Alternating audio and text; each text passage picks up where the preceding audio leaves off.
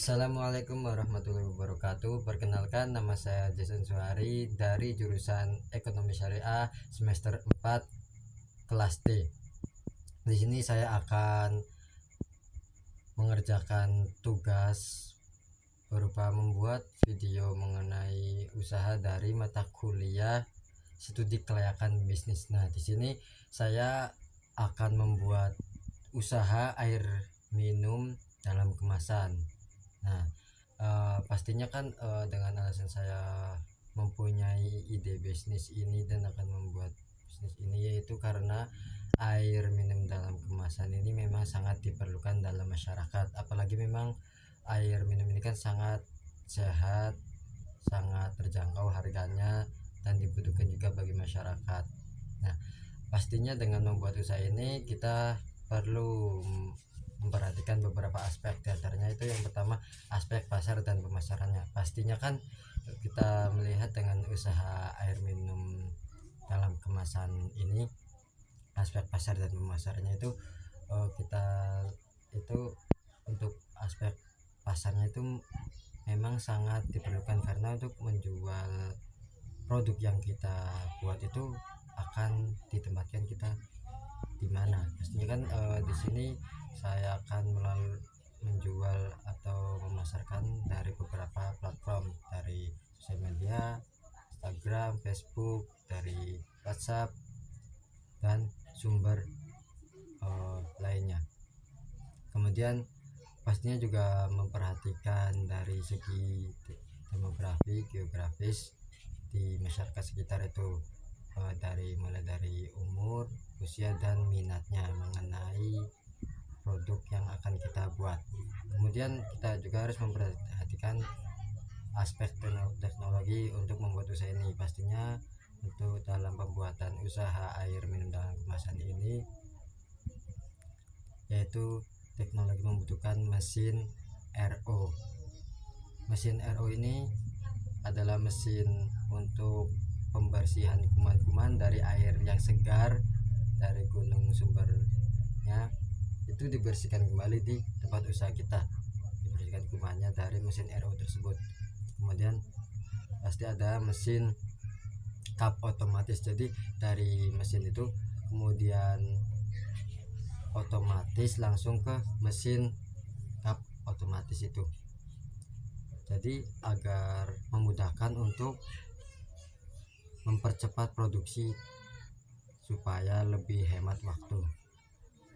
Kemudian ada juga mesin sterilisasi UV. Nah, di situ mesin tersebut itu melihat bagaimana air dari usaha ini, apakah air tersebut bersih tanpa adanya bakteri, kuman, dan hal-hal lain yang membuat tidak sehat bagi tubuh kita. Hanya harus terjamin. Kemudian pasti adanya laptop ataupun handphone untuk memasarkan produk yang kita buat. Kemudian dari segi aspek SDM-nya itu, di usaha ini hanya memerlukan sedikit partner atau tim. Di sini saya itu membutuhkan 6 karyawan atau 6 tim, dan satu yang pertama itu pemilik usaha, yang kedua itu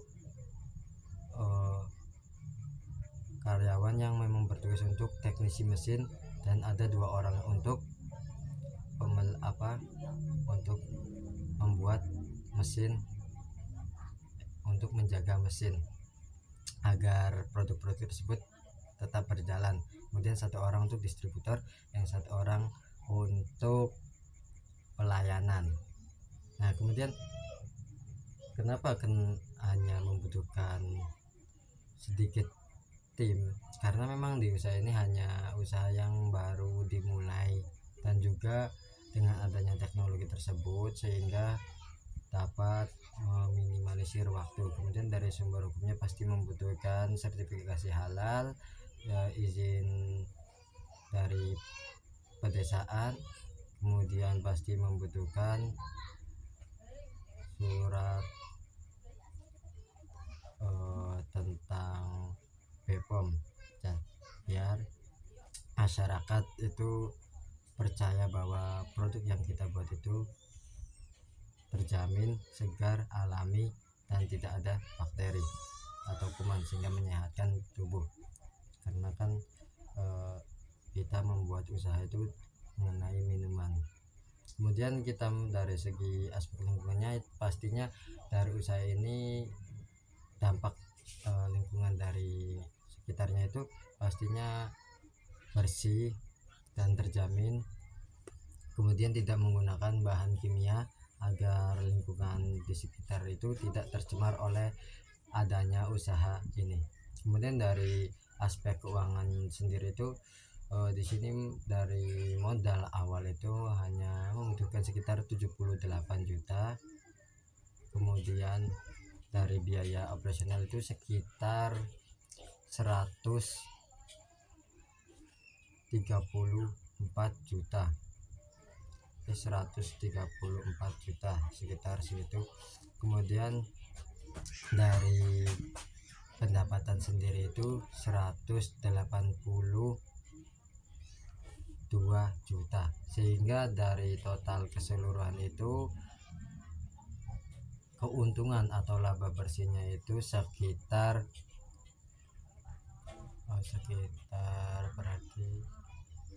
sekitar 70 juta rupiah, sehingga bisa mendapatkan balik modal yaitu keuntungan, dan keuntungan bersihnya itu sekitar 70 juta. Kemudian dari segi persaingan itu pastinya kan menganalisis persaingan itu melihat dari produk-produk yang sudah besar yang ada di Indonesia, terutama seperti Aqua, Mineral, dan Cleo, dan yang lainnya. Itu kita harus memperhatikan dari segi pemasaran, dari segi penjualan, merek, kemudian pelayanan. Pastinya kita melihat produk-produk tersebut itu bagaimana, seperti apa, agar kita bisa meniru dan memodifikasinya tersendiri. Kemudian dari segi analisis peluang, harus memperhatikan peluang usaha dan kelemahan usaha dari kita, dan peluangnya apa, kekuatannya apa, dan ancamannya seperti apa. Kita harus memperhatikan lebih detail mungkin agar usaha yang kita buat ini menjadi lancar dan sukses berjaya. Mungkin sekian dari saya, kurang dan kurangnya mohon maaf. Wassalamualaikum warahmatullahi wabarakatuh.